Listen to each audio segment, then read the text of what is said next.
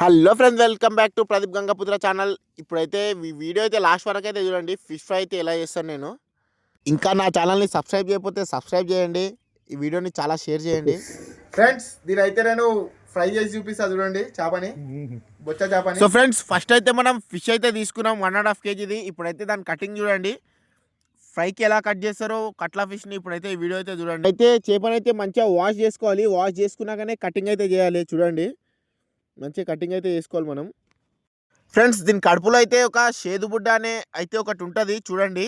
అదైతే చాలా చేదు ఉంటుంది అనమాట. కట్ చేసుకునేటప్పుడు దానికి మాత్రం ఏమాత్రం కత్తి దాకినా అది మొత్తం పగిలిపోయి కూర మొత్తం వేస్ట్ అయిపోతుంది.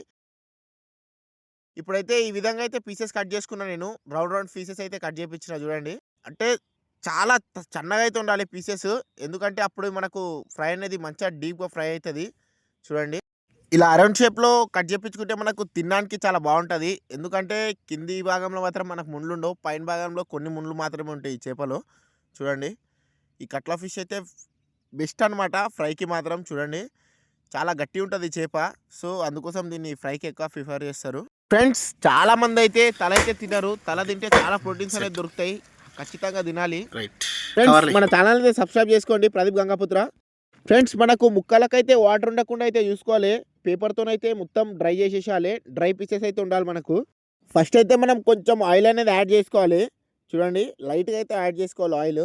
దాని తర్వాత మనం ఫస్ట్ అయితే జింజర్ గార్లిక్ పేస్ట్ అయితే యాడ్ చేసుకోవాలి. అల్లము ఇది కొంచెం ఎక్కువనే వేసుకోవాలి, ఎందుకంటే టేస్ట్ బాగుంటుంది. తర్వాత మనం కొంచెం పసుపు వేసుకోవాలి. చూడండి, పసుపు కొంచెం యాడ్ చేసుకున్నా.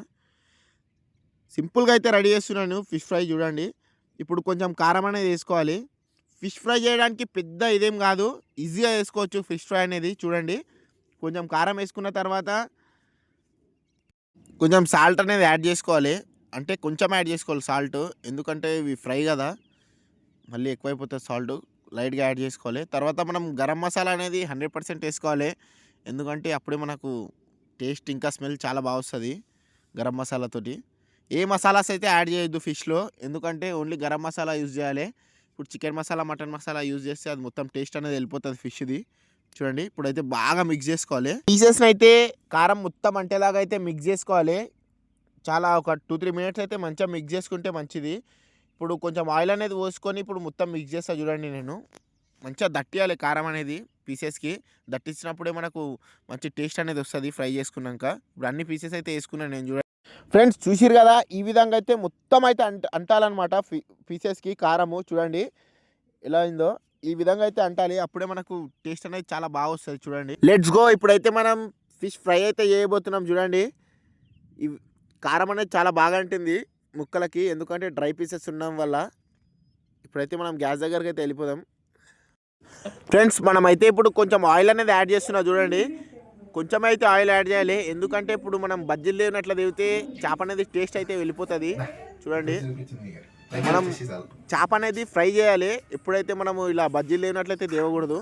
ఆయిల్ అనేది చాలా హీట్ అయింది కాబట్టి నేను ఫిష్ అయితే వేస్తున్నా. చూడండి, ఈ విధంగా అయితే మనం ఫ్రై చేసుకోవాలి. ఇప్పుడే కానీ మనం నూనెలో అయితే వేసి దేవకూడదు చేపలు.